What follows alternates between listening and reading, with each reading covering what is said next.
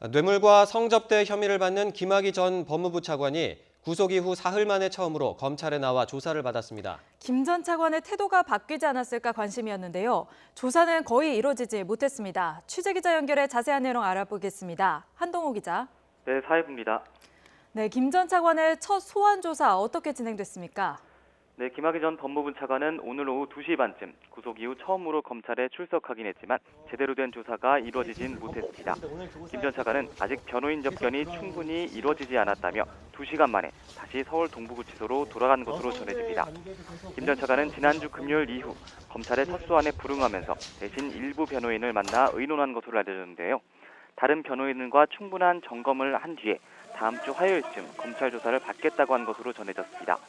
검찰은 앞서 김 전 차관이 법원의 구속영장 심사에서 건설업자 윤중천 씨를 안다는 취지로 진술한 점에 주목하고 있는데요. 검찰은 앞으로 최장 20일 동안 구속 상태에서 김 전 차관을 상대로 뇌물 혐의와 성범죄 가담 여부 등을 조사할 예정입니다. 네, 윤중천 씨와 이 과거 수사에 관한 의혹도 남았는데 앞으로 수사 전망은 어떻습니까? 네, 검찰 수사단은 일단 핵심 인물인 건설업자 윤중천 씨의 성범죄 혐의를 집중 수사하고 있습니다. 검찰은 윤 씨가 여성들을 성접대 수단으로 삼고 이 과정에서 원치 않는 성관계를 강요한 것으로 보고 있습니다. 하지만 공소시효 문제가 만만치 않은 데다 피해를 주장한 여성 가운데 한 명의 사건에 대해선 지난 2015년 검찰에 이어 법원도 성범죄 혐의점이 없다고 판단한 적이 있습니다. 그만큼 검찰은 새로 확보한 당시 사진과 영상, 여성의 진료 기록 등을 토대로 기존 판단을 극복할 만한 새로운 증거나 범죄 사실을 찾고 있습니다.